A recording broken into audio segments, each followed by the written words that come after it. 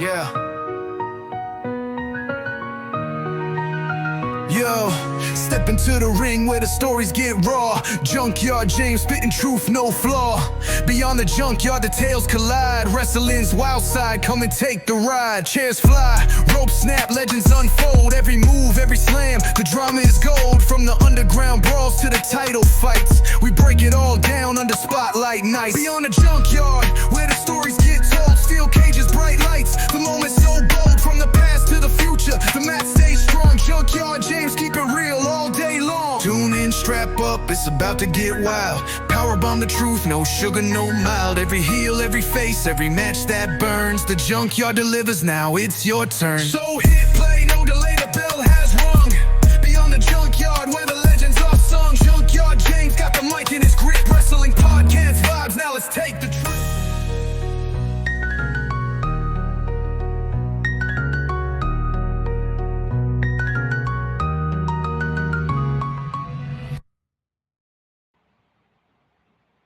What is up, everybody? Welcome to episode number 139.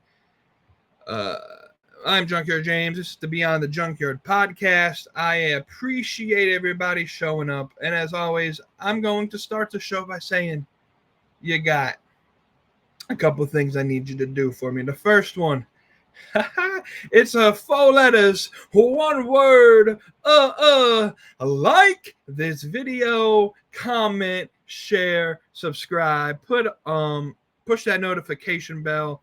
If you're listening on the audio platforms, go ahead and leave us a 5-star review like it's Dave Meltzer on a match in the Tokyo Dome, and let everybody know that I, in fact, keep it real all day long. This is going to be a good show for you. I'm going to start the show by talking about some changes we may be making with the content on at least the Thursday show, and the reasoning behind that. And then we'll get into some Ring of Honor, Death Before Dishonor thoughts. I have a couple of them. And then we'll end the show with the monologue, which I'll keep the topic silent. You'll probably know it because it's going to probably be the episode title. And so I'll keep my thoughts to that part of the show. But first, let's talk about W Energy.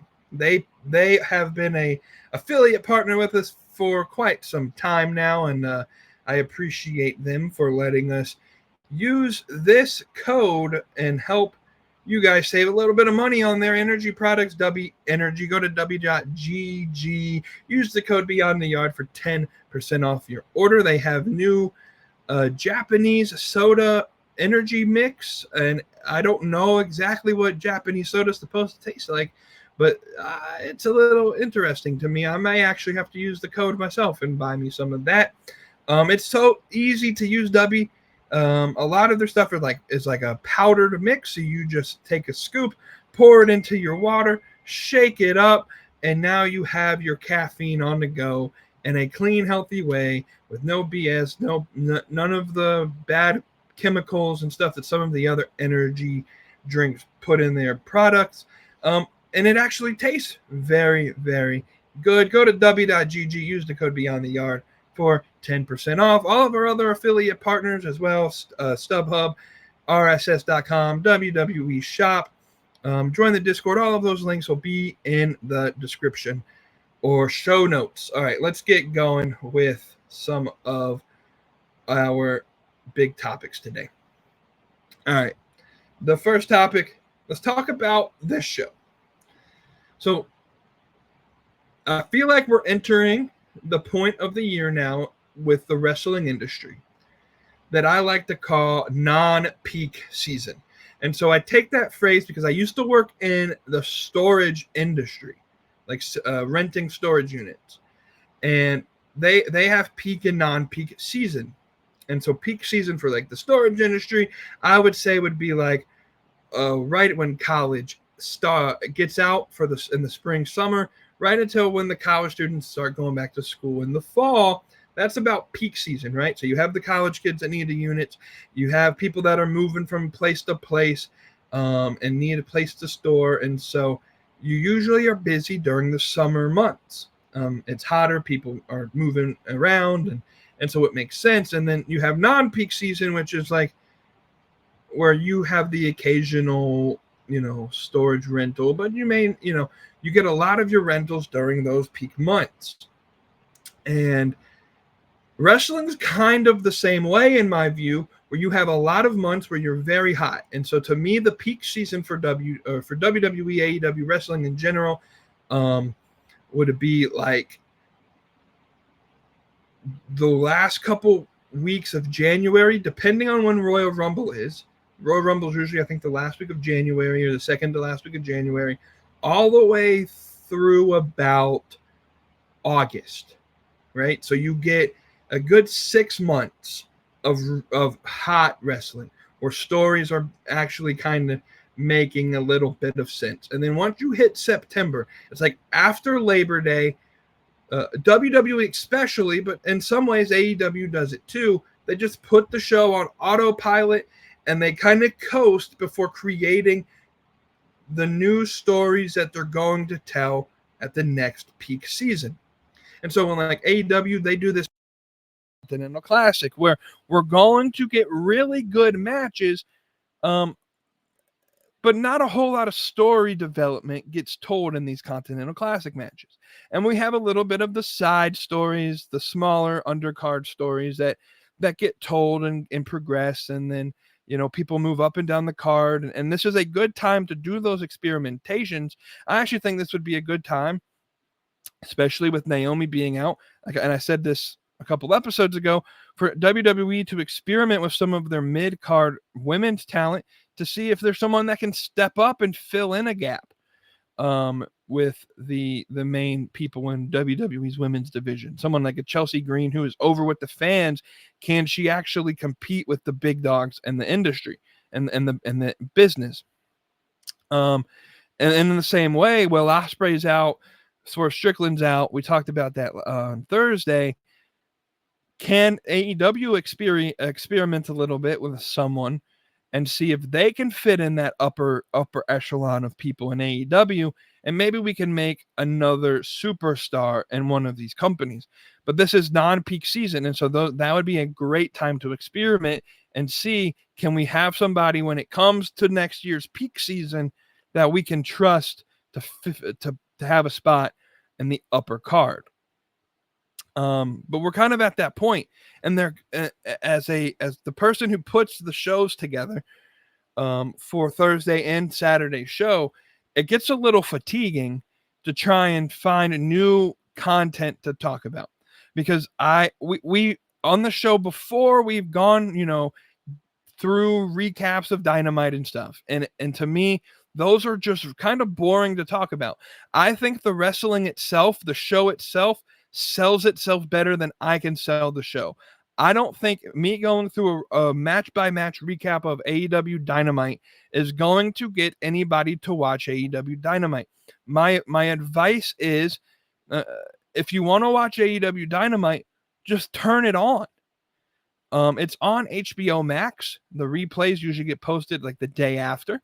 And so you can just turn it on and watch it for yourself and see if you enjoy it. Same thing with WWE. I don't think, I know JD from NY goes after every show, does like a 4-hour recap talking about Raw and SmackDown. JD will not sell me watching Monday Night Raw with his recap. If I wanted to see what Monday Night Raw was, I would just get Netflix and watch it, because that's, to me, I think the show sells itself better than any person with a microphone. And so I've vowed myself to not do those recap videos. I don't. There are going to be those live streamers and things that do those type of content. To me, my reaction's not that important. I don't think people would tune in to watch what I gotta how I'm going to react to shows. And to be quite honest, when I watch wrestling, I watch it with a keen eye. I usually don't get super animated. I sit there and I watch and I think about my thoughts, and unless something pops me, like, super large, like Bandito versus Konosuke Takeshita popped me. I was a little animated during that match. But like I'm not usually the type of person that's going to, have these big outlandish reactions. So that kind of content wouldn't work on this channel. I don't want it to work on this channel. I want to be able to be a little bit creative, talk about things in a different way and a different light, and just kind of talk about the business of wrestling, kind of how I think things through. And so we're kind of entering non-peak season here, but I want to put on episodes. And so instead of taking like 4 weeks off and losing the momentum that we're having, when we kind of debuted this on Thursday, but we're going to integrate other topics outside of the wrestling industry, at least on the Thursday show, to kind of breathe a new life into the show. And so it may be talking about college football or pro football or hockey or just something else to start the show, to let people come into the live streams, get settled before we start, giving these super hot takes on pro wrestling. That way because there's only a finite amount of stuff I can talk about in the wrestling business, right? Unless I want it to do the weekly recaps. And so with this style, we're going to probably, don't be surprised if one Thursday you turn on the live stream and there's, the first 30 minutes we're talking about college football or pro football before we transition to talk about some major wrestling stuff. We're trying to reach, again, a broader audience who likes wrestling but also likes other things, and so let's give them those other things that they can tune into. But yeah, that's it. The Saturday show, this show probably going to kind of keep the same format as it has, with me doing the monologue, and depending on the week and what the IWC is talking about, we may have a little bit extra to talk about, but like the monologue's a piece. But I want to talk about a little bit of some other wrestling news, because this is kind of that setting, right? But especially the Thursday live stream, we're going to add some outside content, outside of the wrestling business content to the show. But let's talk about some wrestling here. Last night, Friday, the 29th of August, Ring of Honor was at 2300 Arena in Philadelphia. The crowd was wild. They were popping. They were doing the EAGLES Eagles chants like any Philly crowd does. They were hating on anyone from Texas, anyone from Dallas. It was a good crowd, but Death Before Dishonor was on. And the show had a lot of ups, but I think there were a few downs. And so let's talk about the downs first. I think the first down was, if you had Honor Club and you were trying to watch on, was it Safari? No, I'm sorry. Firefox or Google Chrome, one of the major browsers. If you were trying to watch it there was an issue to where the show wasn't showing. And unless you watched on the Honor Club app, you weren't able to watch Death Before Dishonor using your Watch ROH show. Now, that's a down. It's your pay-per-view. The people who pay to watch these shows can't watch it. So Tony Khan did something actually good. So it's kind of like it's not really it's a down that it didn't work, but it's kind of a up. So up with Tony Khan's response. So you kind of put your hand in the middle. It kind of washes out. Tony Khan ended up putting Death Before Dishonor live on YouTube for free. I think at most like 19 or 20,000 people were watching on Ring of Honor's YouTube channel, Death Before Dishonor. And like I have the Honor Club app on my TV, so I was able to watch it through the app, but the people that weren't, they watched it on YouTube for free. instead of having to pay $9.99 a month. But Tony Khan's crediting your 1 month free for current Honor Club members. So I think Tony Khan's just a true businessman, a true gentleman when it comes to business, and he understands that this is frustrating, and the way that he's going to fix it is, well, you get a free month of Honor Club if you are a current member. Now, new members won't get it, I believe, but current members get $9.99 credited to your Honor Club account. Now let's talk about some ups.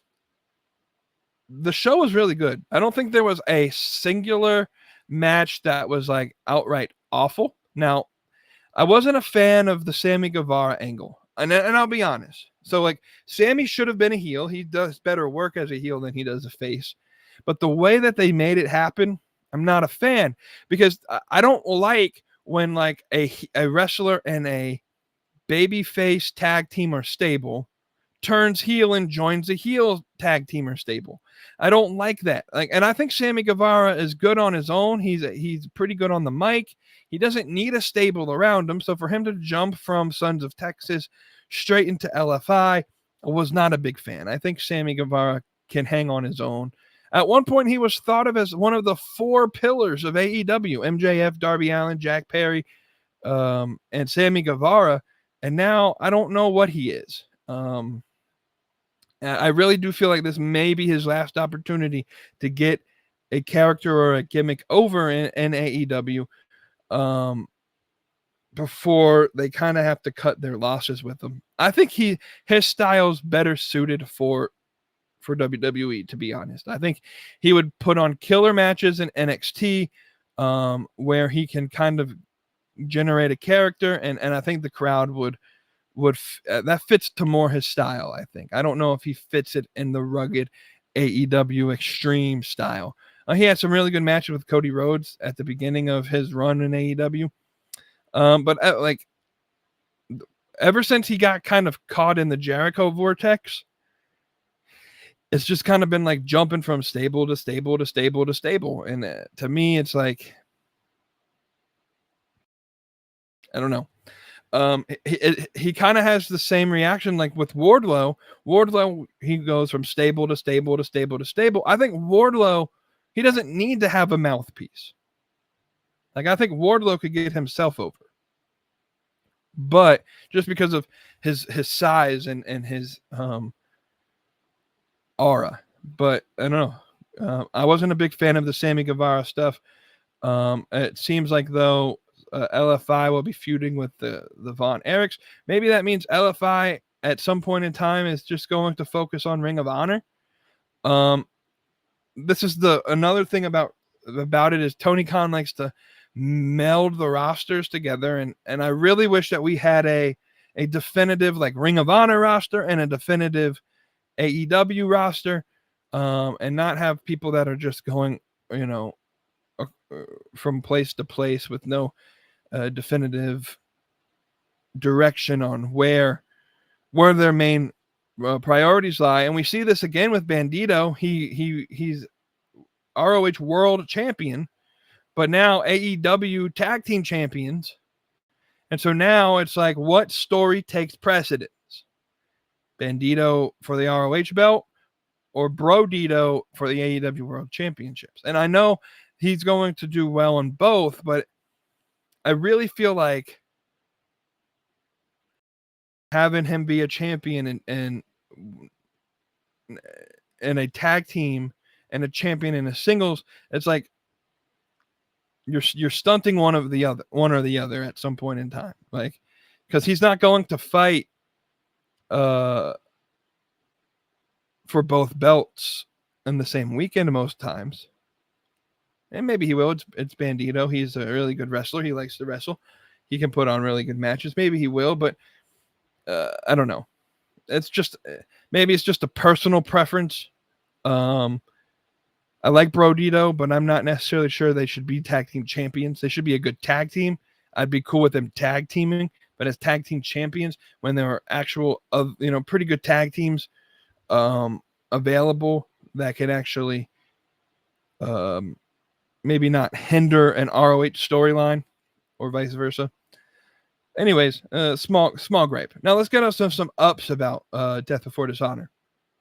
Paul Walter Hauser and QT Marshall. For a minute, I thought they put on match of the night. Now, Bandito didn't come out yet, so I knew Bandito was going to put on a good match, put on an absolute blast. If I was Dave Meltzer, and if I had to think I was Dave Meltzer for a minute, I'm thinking that Hechicero versus Bandito match gets 5.5 or 6 stars. Like, no joke.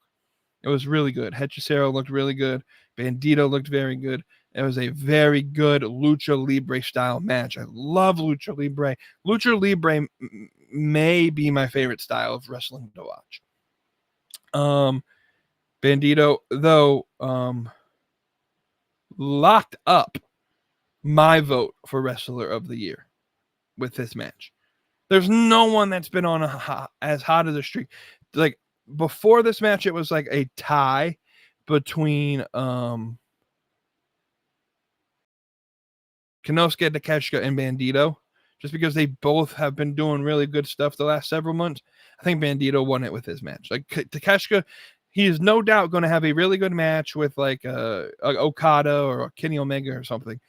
And then I'll be on here saying, oh, it's tied again. But I think right now, Bandito has it locked for Wrestler of the Year. But Paul Walter Hauser, dude, I think he's the story that I'm sticking with, because I did not expect a lot out of this match. But they delivered, and they over-delivered on the execution of this match. It was a match without honor, basically a grudge match, extreme hardcore match. There was shattered glass, there were barbed wire, there were tables, it was great. And Hook came out during that match. I just love that. I think Hook's character is, I'm just going to show up and take out people that are doing bad things. Like, he's basically Batman. He even has like the Hook signal, and I love it. And then he goes out and beats up Aaron Solo, and his music plays while he's beating him up. And then the minute he walks back behind the curtain, the music stops. I don't know. I'm intrigued by this new Hooked character. But Paul Walter Hauser is the story of the night. He put on a really good match, did moves I didn't think he would ever take. And I put a tweet out last night that has gained a lot of steam overnight.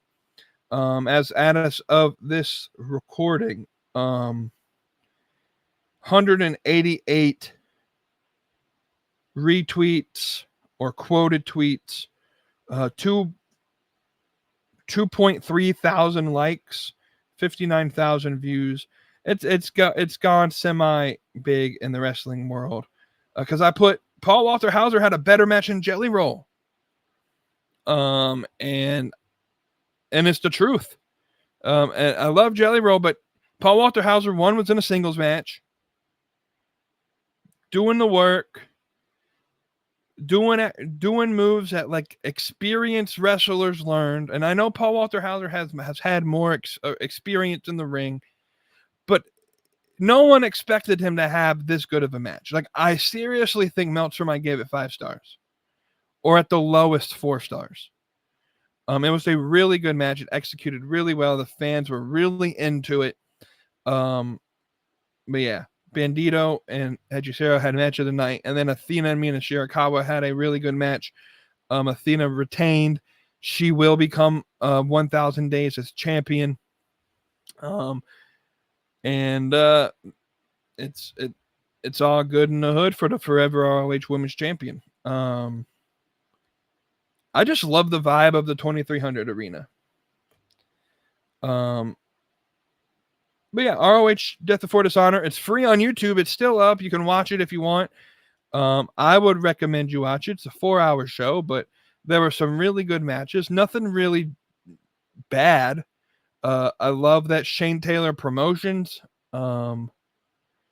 has the Trios belt and the ROH Men's Pure Championship. They're going to end up having more gold than Don Callis family one day.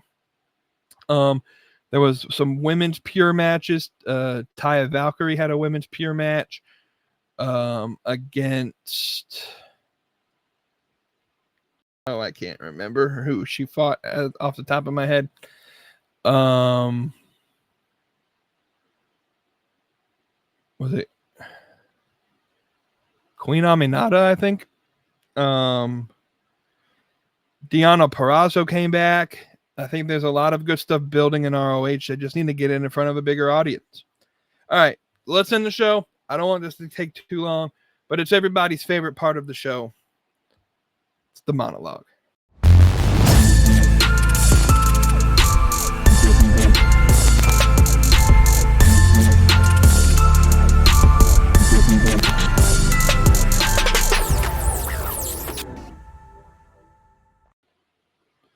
All right, in today's monologue, I'm going to tell you guys, like, regardless of what everybody seemingly thinks, AEW and in the same way, WWE's biggest competition is not each other, but it's someone else, something else. In fact, I think AEW and WWE need each other more than they should hate each other. And the fact that they're WWE and AEW are seemingly having a competition within themselves may end up destroying them both in some way, shape, or form. So let me tell you what I'm talking about. So first, to understand this, you have to understand, and I don't know if I mentioned this on the show ever before, but I'm going to school right now. I got 2 semesters left to get my master's degree in business administration. And I'm taking a class right now on business strategy. And we just started last week, but the first chapter is to define business strategy. And the first thing you have to do to define a business strategy is to determine your industry, right? So first off, like, strategy comes from the Greek word strategos. It's a battle term meant for, like, the role of a general in a war. But the key to a strategy is to determine your industry. And so to clearly define your industry, you have to see who your competitors actually are. And so you have to understand that your business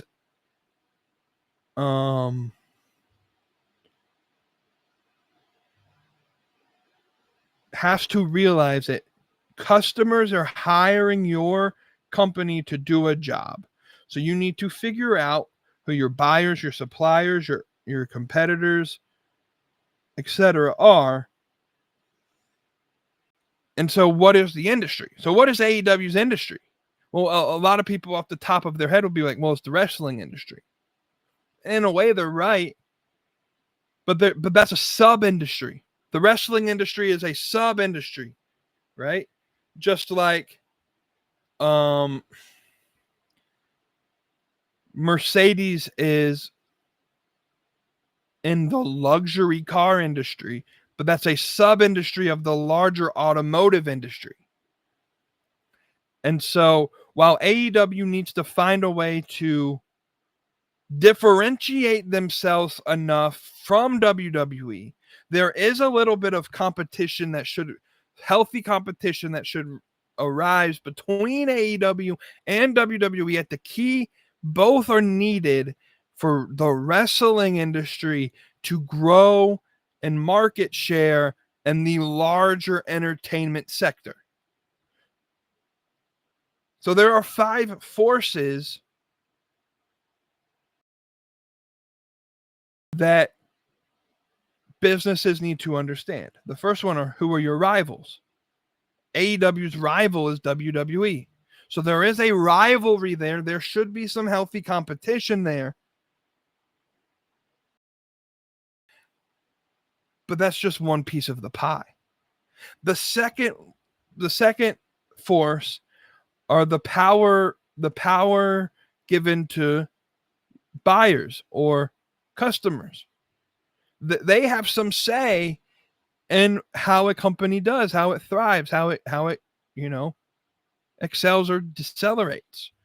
Then suppliers.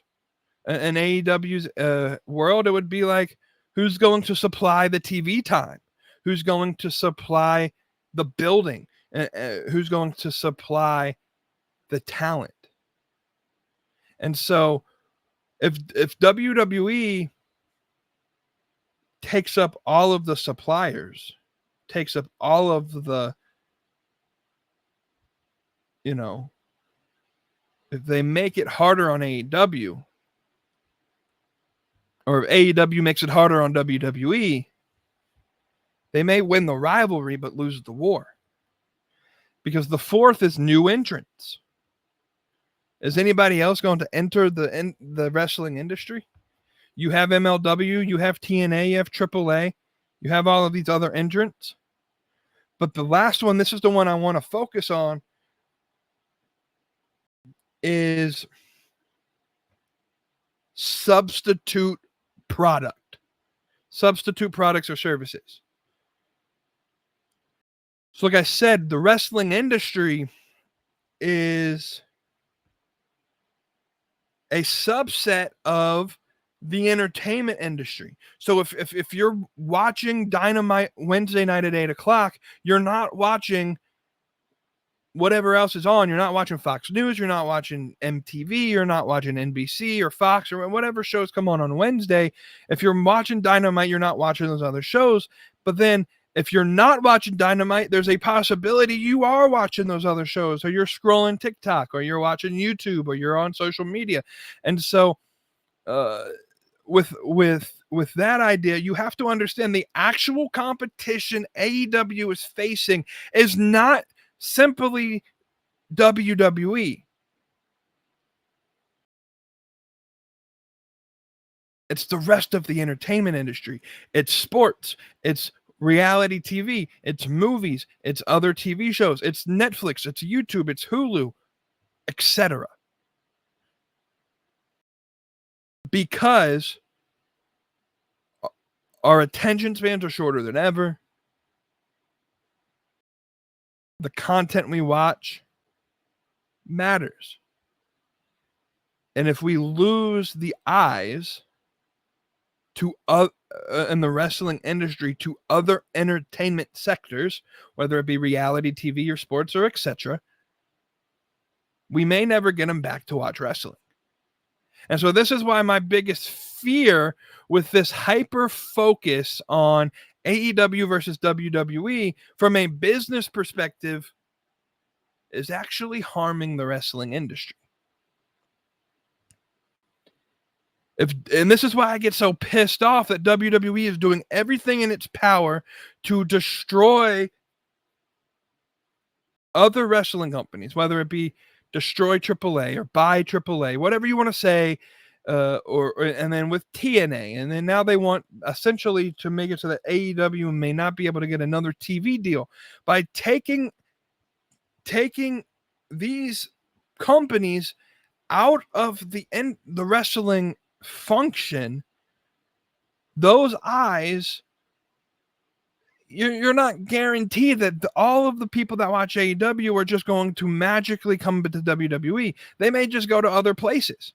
Like I just said at the top of the show, I get fatigued, and we may talk a little bit about sports because, like, I'm going to watch a lot of football coming up here soon. I'm going to watch a lot of basketball and baseball and hockey and other sports. I'm going to watch some other TV shows that may catch my eyes. I'm going to binge watch some things, and so WWE, I think, has this assumption that if they destroy AEW, the eyes that are on AEW comes to WWE, and that's not necessarily the case, because there are other factors, other things that people may be watching outside of the WWE. And while they're so hyper-focused on this internal rivalry, you have shows like Love Island, you have sports like Monday Night Football and Thursday Night Football on Prime, who are doing big numbers, taking large portions of the pie. Well, it seems like wrestling has grown stagnant, and the reason wrestling, I think, has grown stagnant isn't because wrestling in and of itself isn't something people want to watch, but it's because there's this intense rivalry within the wrestling business. So now you have this tribalism of WWE versus AEW. And so you turn a blind eye to the actual competition, which are the other entertainment sectors. And so you piss off the AEW crowd, and so they don't watch WWE. They'll instead watch Monday Night Football instead of Monday Night Raw. Or they may watch the Friday night baseball game instead of SmackDown. Or they may watch the Tuesday night. On Tuesday night, they may binge watch, One Tree Hill or Bosch or one of those legacy shows, Seinfeld. Or maybe there's a new show that comes out that they want to binge watch on Netflix instead of watching NXT.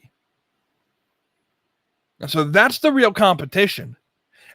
AEW is not competing against WWE. Now they have a rivalry, and obviously AEW and WWE are fighting for the same assets, right? So yes, they both right. So there's only a limited amount of wrestlers. There's that are good enough to be at the top. There's only in AEW or that are TV ready. There's only a limited amount of buildings. There's only a limited amount of time, and so there is a little bit of competition with AEW and WWE. But the bigger picture, the bigger competition is if we want the wrestling industry to thrive. In the bigger picture of the entertainment industry or the live sport industry, or both, the live TV industry. And this is why I've always said, if I wanted to see sports entertainment, if I wanted to watch a soap opera, I would watch The Real Thing. Because why get a mockery, an imitation, a parody, when I could go see The Real Thing? If I wanted to just see a lot of drama and bickering, why would I watch WWE when I could watch Love Island? I can see the same thing on Love Island that I see in WWE. And there's probably better stories on Love Island. So in the bigger picture, AEW and WWE need each other. So they shouldn't. I guess the big thing the big takeaway I want to post here is, I don't get why WWE is booking against AEW. From a business perspective, would you not want to book it on a different day or different time to pull eyes away from other stuff, from other entertainment sectors? See, I think there's this hyper focus. I think WWE is buying into the tribalism of the IWC, the same IWC that they said they don't listen to. I think maybe by accident they are listening to them. They're buying into the tribalism. And listen, tribalism, I think, is natural when it comes to rivalries,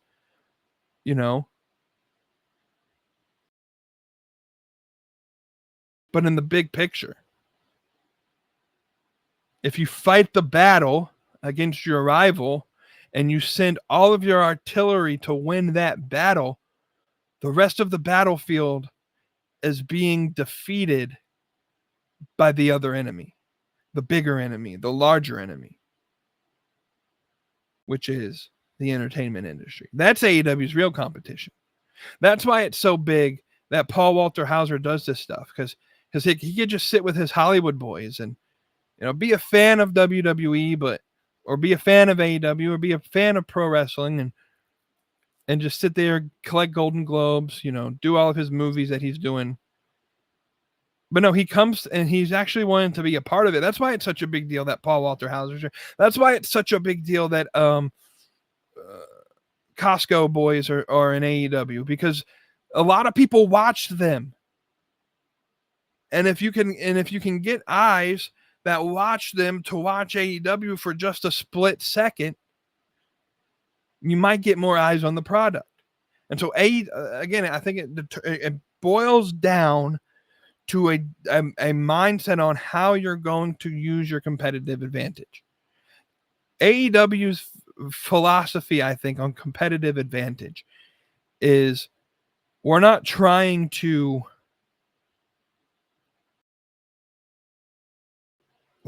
put our valuable resources and capabilities. We're not trying to lock them in a cage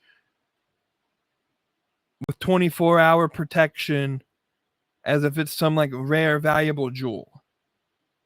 We're trying to use our assets and mingle. They're trying to use their assets, mingle their assets, the stuff that gives them value, to create layers of value, right? So if you like AEW and you see that Paul Walter Hauser's there, well, hey, Paul Walter Hauser's, Paul Walter Hauser fans may tune in to watch Ring of Honor or AEW. And even if it's for one night, then you at least plant the seed. Layers of value. Whereas I think WWE's mindset is we have this asset, we have this character, we're going to patent it, we're going to trademark it, we're going to, do everything in our capability to make sure people can't take our ideas from us, that they can't use our ideas. And that's an old, antiquated way of doing business. And both work. You just get the same result in different ways. But I think if both companies, because both are guilty of it, if they shifted focus from the rivalry and trying to destroy each other, we could actually grow the wrestling business. We could actually grow the piece of the pie that the wrestling industry has on live TV and the entertainment sector. Because at the end of the day, wrestling is no different than a soap opera. You're telling stories, there's drama, there's action, at the end of the day, Love Island and WWE and AEW have a lot in common. It's live action, supposedly. There's story, there's drama, there's chaos, there's good guys and bad guys. You cheer for certain people. And at the end of the day, there's a champion. There's a winner. So Love Island and pro wrestling have a lot in common. But what Love Island doesn't have that pro wrestling has is that in wrestling, there's a payoff, which is the good guy or the bad guy gets their ass kicked. You don't necessarily see that on reality TV. And so what should AEW do? What should WWE do? Let's focus on the bigger enemy. Like the enemy of the enemy, my enemy's enemy is my greatest enemy, right? I might be friends with my enemy just to grow the industry. AEW and WWE don't have to be cordial. They don't have to do events together, but at the least they should work together to build the wrestling industry. A subsect of the entertainment industry.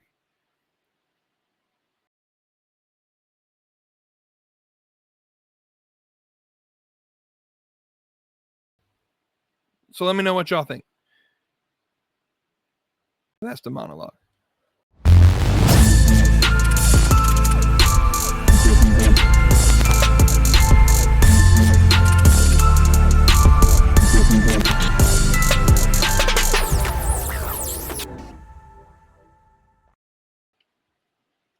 All right, y'all. I appreciate y'all for tuning into this show. That's about all I had for you today. Remember, though, hit that subscribe button, turn on those notifications, share it, comment, and like this video. Let me know what you think about the idea of AEW's actual competition and what you think they need to do. I think AEW is making the right steps to create value layers for their company where other companies may fail. I think there are things AEW needs to do, and so they still have opportunities to grow. But at the end of the day, I think they're focusing on the wrong competitor when there's a bigger competitor that they should be chasing. And if they chased that competitor and actually you try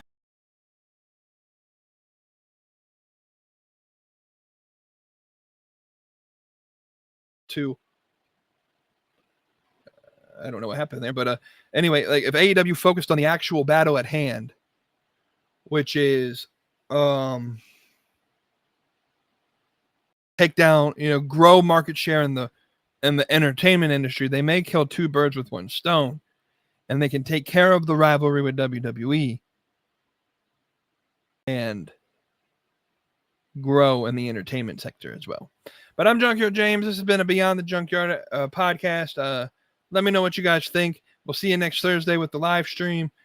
Pro football is back starting next Thursday, so we may talk a little bit about that on Thursday's live stream. But y'all have a good weekend. Enjoy Labor Day. If you have Monday off, enjoy the day off. And we'll see you next week. Have a good day. Beyond